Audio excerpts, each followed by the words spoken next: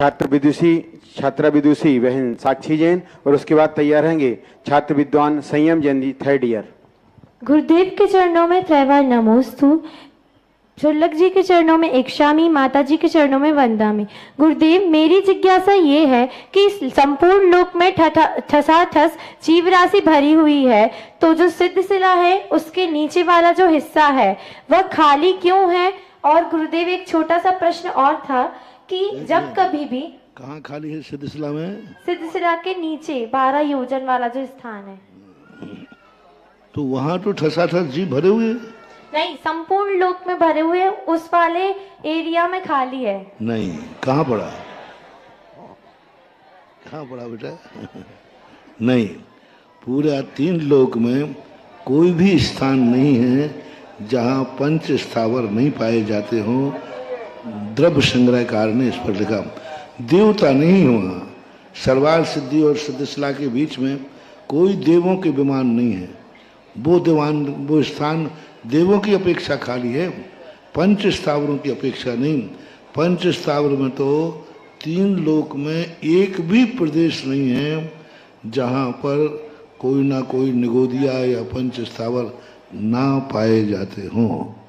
गुरुदेव, जब भी कोई व्यक्ति हमारे गुरुदेव के विषय में उल्टा सीधा बोल देता है तो हमें बहुत बुरा लग जाता है और गुस्सा भी आ जाता है। ऐसी परिस्थिति में हम उनसे कभी कभी कुछ बोल नहीं सकते, तो हमें क्या करना चाहिए? ये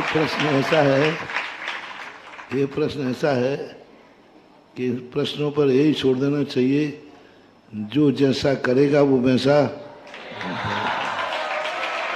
क्योंकि अपन, जैसे आपने कहा कि हम कुछ बोल नहीं सकते, तो जहाँ जिस उद्दंड को कोई बोल नहीं सकता उसे कर्म कहता है मैं संभालूंगा।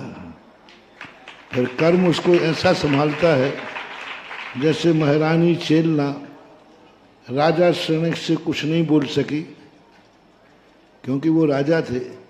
सारी दुनिया कुछ नहीं बोल सकी क्योंकि वो राजा थे। महाराजा भी कुछ नहीं बोल सके क्योंकि वो महाराजा थे। इतना बड़ा कांड किया, मुनिराज को इतना दुख दिया, इतना कष्ट दिया, सारी प्रजा को मालूम चला, प्रजा कुछ नहीं बोल पाई क्योंकि राजा सुने कौन थे? राजा थे। अब राजा से कौन बोले? महारानी चेलना भी कुछ नहीं कह पाई, कोई खरी खोटी नहीं सुनाई। इतने उपसर करने वाले पर तो महारानी चेलना परित्याग भी कर सकती थी, लेकिन नहीं किया क्योंकि वो पति थे और राजा थे। महाराज ने इसलिए नहीं बोल पाए वो कुछ भी, इतना उपसर किया महाराज के ऊपर, दुख दिया। महाराज इसलिए नहीं बोल पाए कि महाराज स्वयं महाराज थे, और महाराज जो होते हैं क्षमा बड़न को चाहिए छोटन का। तो हम महाराज बिल्कुल नहीं बोल पाए कि वो महाराज हैं, चेलना इसलिए नहीं बोल पाए कि वो पति हैं, प्रजा इसलिए नहीं बोल पाई कि वो राजा हैं। अब जिसको कोई नहीं बोल पाए इसलिए कर्म कहता है सब को मैं निपटाता हूँ। पर कर्म ने कैसा निपटाया कि एक रात का दुख दिया था मुनिराज को, कर्म 84,000 वर्ष तक का दुख दे रही है। 84,000 वर्ष तक का दुख दिया। तो जिसको आप लोग कोई भी कुछ न कर पाए उसे कर्म के हवाले कर देना चाहिए। पर कर्म वो पुरुष रिमांडर है कि अच्छे अच्छों को लिए भी ठीक कर देता है।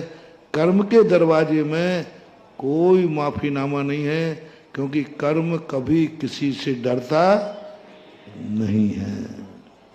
जिज्ञासा रखें।